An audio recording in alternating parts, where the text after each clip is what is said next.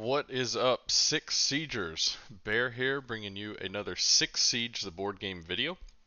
In today's video, I'm able to do an idea that I've wanted to do before, and that is a sort of a setup feedback video. Um, I had one of our Concilium members send me a message about a setup. He sent it in the Discord and then sent it to me later, but he was really just looking for just any kind of advice that he might be able to change. So I told him if he wanted, he could message me, and then I'd look at it, and then I would make a video for him. So Chris, this one's for you, buddy. Um, yeah. So Chris, newer player. This was from. He said this was his first IRL game with a physical copy. He's playing as Buddy. And these are the operators they went with. Chris was on defense, and his buddy was on attack. And they were playing, which I will show it here in just a second. But they were playing Hostage on Chalet, which is a map that I've been enjoying a lot more lately. Yeah, so before I go up there, just to kind of reiterate again, really what I'm doing for the idea of this video, it's not this is how you play this map, and these are the operators you should bring. This is just you will have your ideas of either defensive or attacking setups, and things can always be improved in some way. So that's really what I'm trying to do, right? I'm not gonna tell him, oh, don't bring Rook because he's bad on this map. Bring somebody else, or vice versa for the attacking side. I'm simply just using what I'm given and just giving my opinions on things and trying to help new players maybe have better setups or just have a better thought process on when they do set up for like attack and defense. Right, so we got a good look at our two different teams. The attacking side notably has essentially everybody is good mid and long range.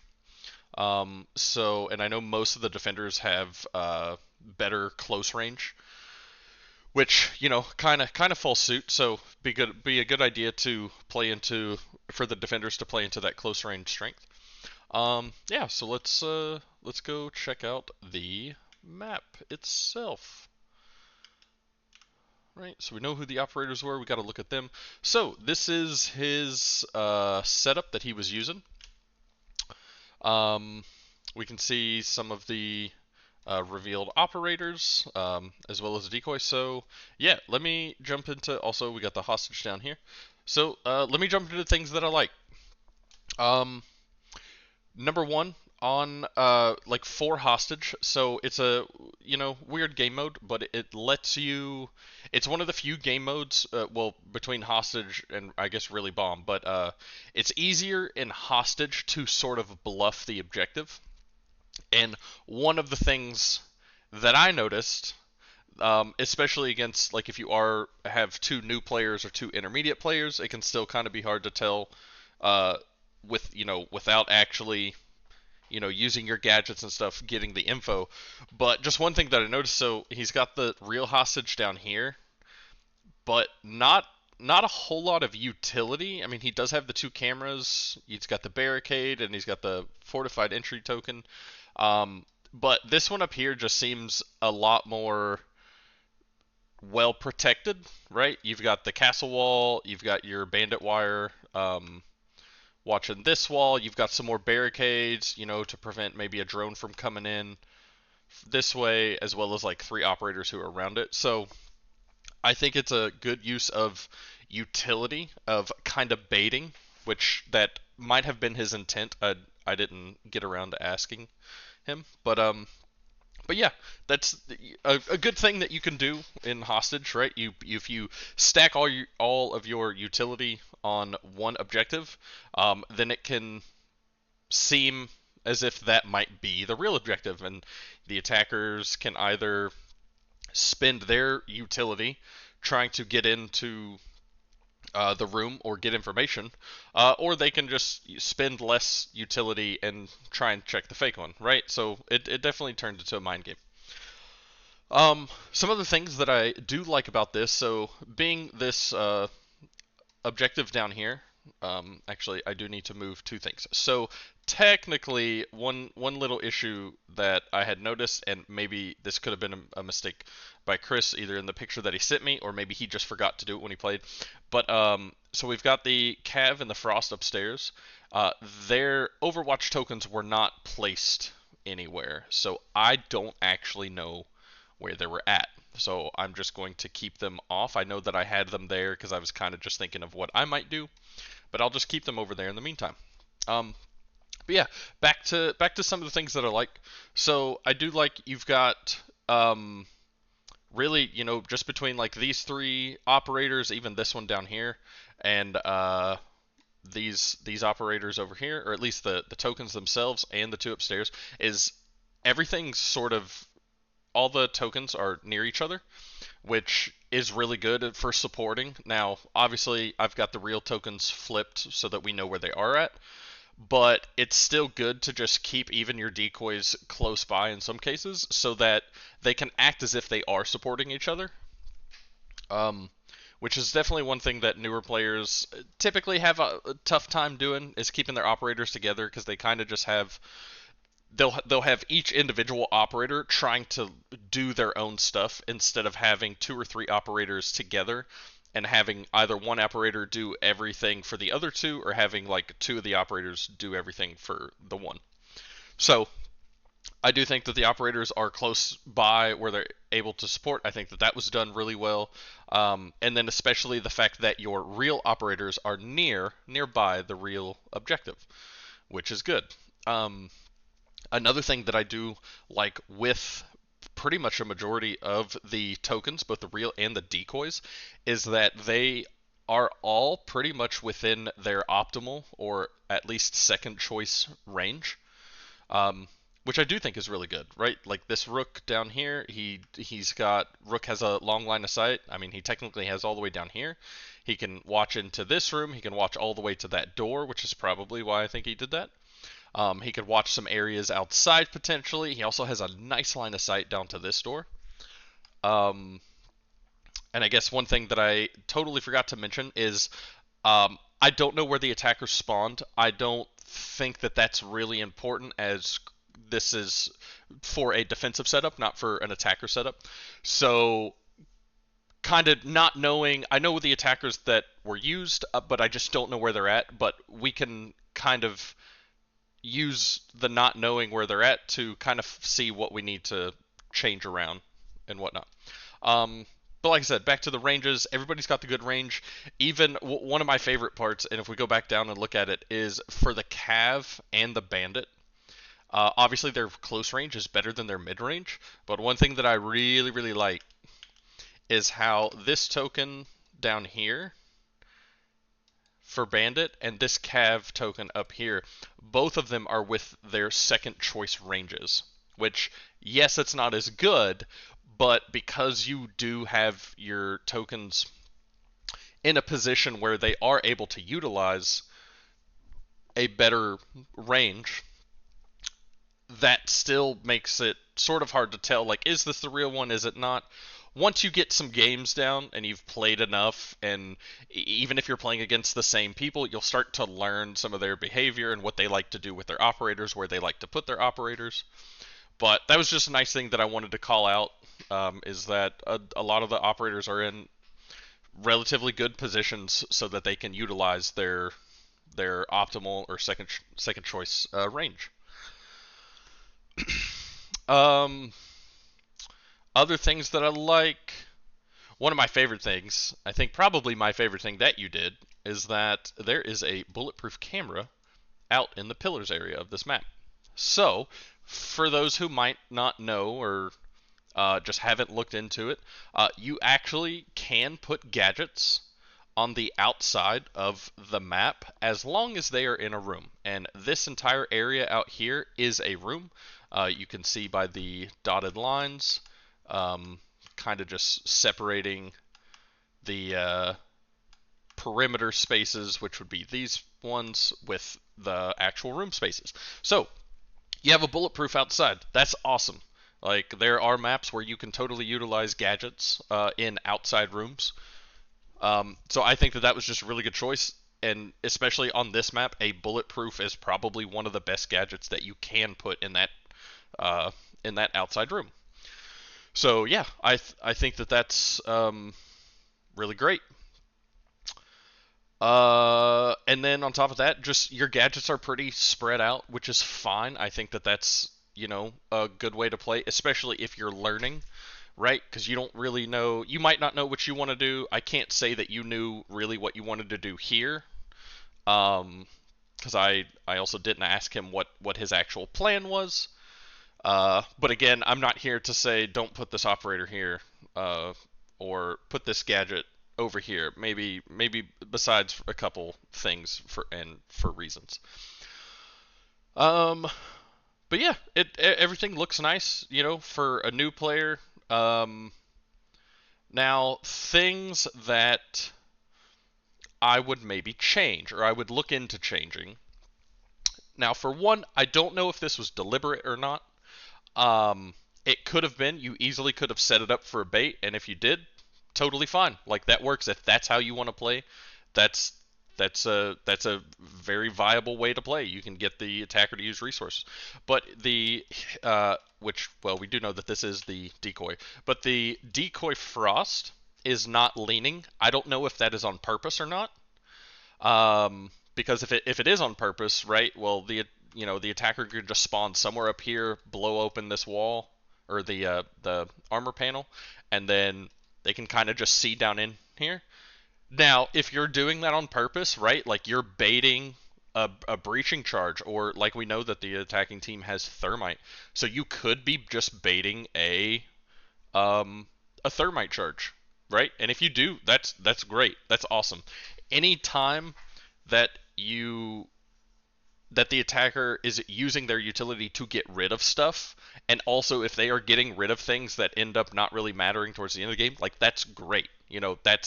That's always good, and that's why when playing defense, it's totally fine to kind of bait your opponent into doing something. Maybe if this barbed wire wasn't here, maybe you do have two decoys, maybe you want to bait them like, yeah, use a drone in this room.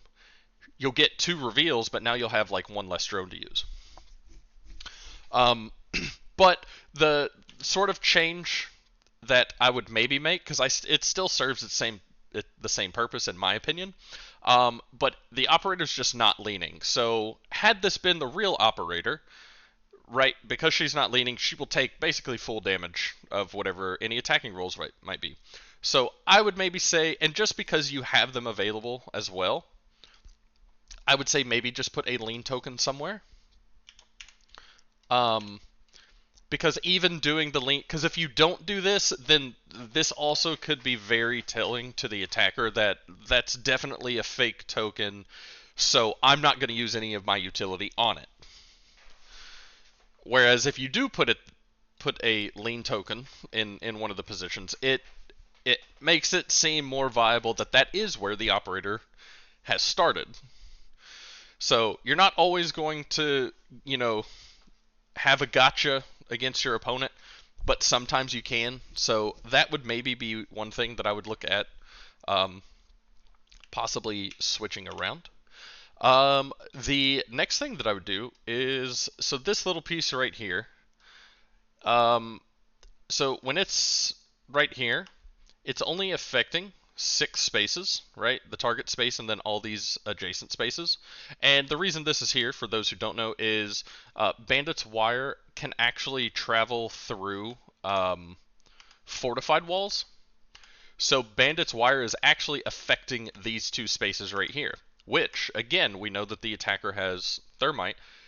That's good. That's totally fine, right? Like, they could have brought someone like Hibana or maybe Ace, but they brought thermite, and doing this, like, this whole wall is totally blocked off. So even if this was the real token, well, what are the odds that they're going to bring thermite over here? Like, you've got, basically they just won't really use this entire room, potentially. So I do think that this Bandit Wire is nice. It's a good pick. However, the change that I would make is just move it down one space. And it doesn't actually do anything, right? It doesn't change anything. So the good thing about moving it down here is that it's still affecting these two spaces, right? So you're still preventing Thermite or anybody to use a breach charge in one of these two spaces without them taking the effect of Bandit's Wire. But also moving it down, instead of just affecting 6 spaces, well, now you get to add 2 more spaces. So now you're affecting 8 instead of 6. Which is, just trying to get like your full efficiency of a piece of gadget. Right. So, other thing, just make sure to remember to put your Overwatch tokens if you're playing defense. So yes, if you automatically get to start Overwatching. I kind of just had these set up in a just a random way, just what I think might happen. I might also have a small change with that as well if we are doing Overwatches, but I will get to that a little bit later. The other thing that I would change. So here's the big thing that I would change. It's not the last thing, but it is the biggest thing. So we've got Bandit right here who is watching, this. He's watching this area, which is totally fine. The only problem is that the attackers can just spawn. They can just spawn up here, right? Like you do have this bulletproof, but they can spawn an attacker right in this space, and all they have to do is either with that one attacker they can use a destroy action to get rid of this barricade, and then they have line of sight to the bandit, or they could also, just to be maybe a bit more safe, they can have 2 operators over here somewhere, and then they can have one operator destroy it and then go do something else. Maybe they go upstairs or anything, and then the other operator will just get, you'll have to reveal the token, and then they can decide if they want to shoot or not. So I would maybe, now you do have the bulletproof there, right? So that's going to at least prevent them from moving down in here until they get rid of the bulletproof camera. So I think there's kind of 2 things that you can do. One, I would move Bandit, not in front of this barricade. I would put him, maybe, I'm just spitballing, put him here, or I can even, I'll put kind of the thing that I was looking at, was just doing this, and for no particular reason. I'm not saying that what I'm doing right here is any better than what you were doing. I'm just choosing these 2 spots, right? Because you could also just put Rook in here. I'm just kind of like showing you something else. But like doing this, well, now you've got Rook watching the potential threat area. A couple threat areas. Also, you are still utilizing his long range, and then you've moved Bandit over here, which he doesn't even have to be leaning because he's relatively protected from the wall. And if they do drone this room, well, they'll only reveal the Rook, not the Bandit.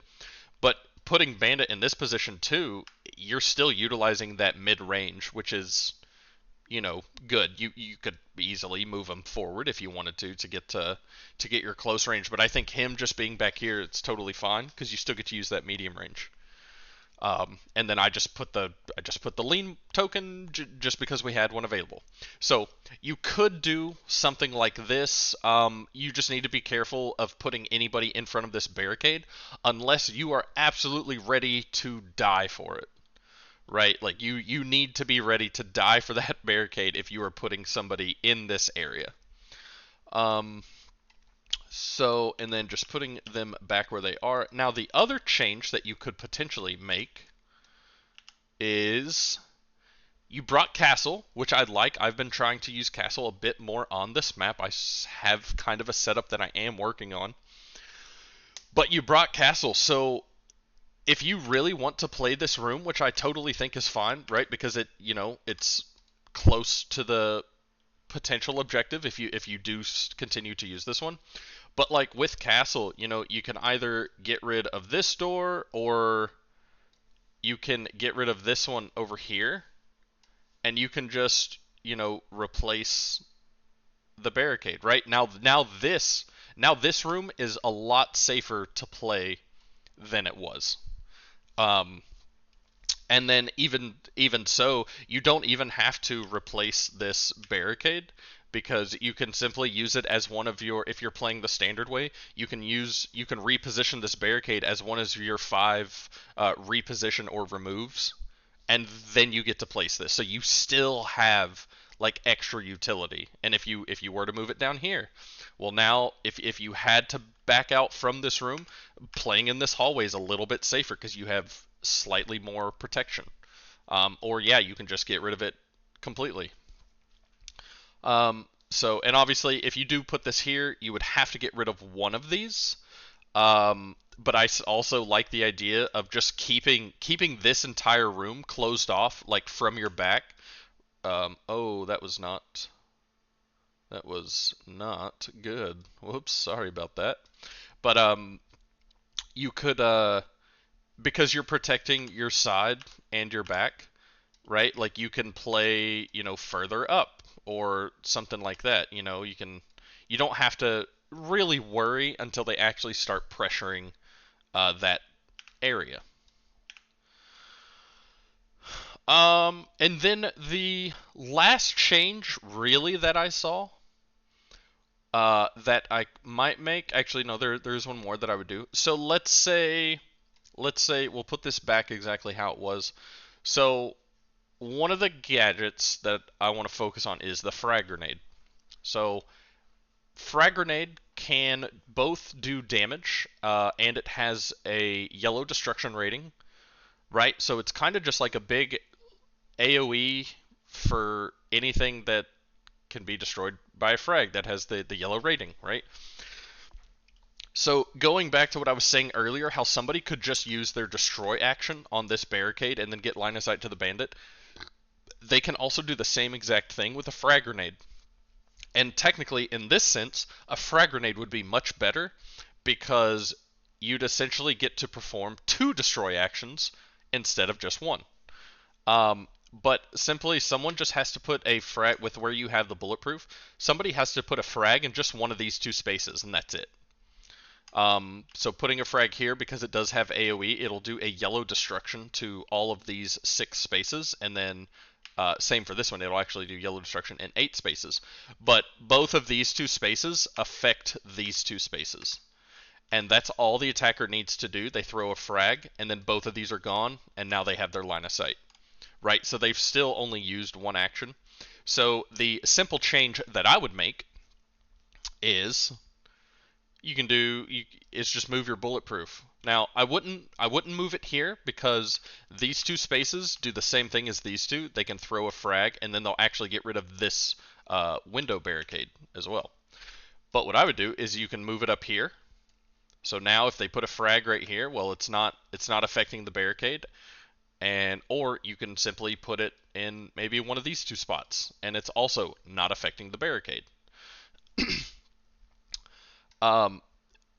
So one thing that took me a while to kind of get used to and to actually realize like how good of sort of a playstyle it is, and I mentioned it earlier, but if the attacker is using their utility to get rid of things, like that's good.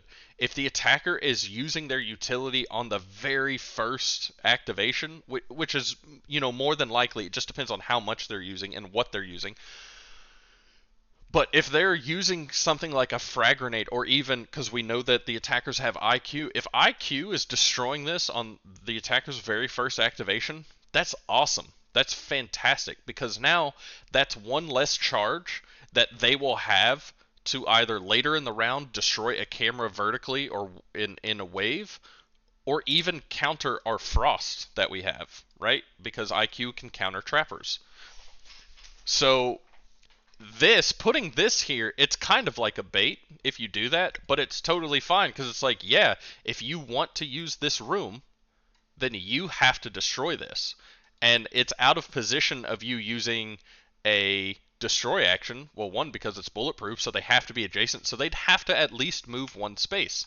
So, maybe you could probably argue just put it over here, right? If they want to put it over here and they start here, well, the only thing they can do is throw a frag grenade, and that's it. That's totally fine. Like, if they want to move down, well, okay. If you want to move down, then you'll just get shot at by Rook. Think, you know, just something like that. Just move it out of the way. Just make sure now, and that's just personally that's how I use my frag grenades. I use them more for utility removal than I do for damage.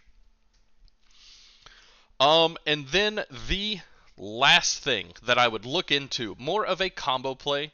It's just kind of utilizing some of the characters or some of the operators that you brought.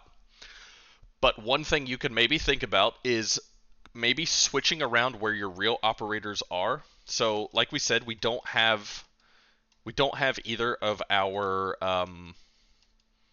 Overwatch tokens. They were not laid out. But one thing, and we'll go back and look at this really quick. So we've got Rook, and his tokens are on these three: Frost, Cav, and Bandit. Now, one thing you could do, which could be it could be like a turn one power play, but if you were to maybe take your token off of your armor plate off of one of the three who have it and put it on Castle. Simply, you'd put it on Castle just because he's stronger, but you can kind of you potentially pull off a combo play with Castle, sorry, and Cav. But simply, all you do just kind of reposition your main floor, just for the sake of, because that's who you have up there. Let's just say that we swap Frost and Castle, and let's also say, just for the sake of the game, that we have what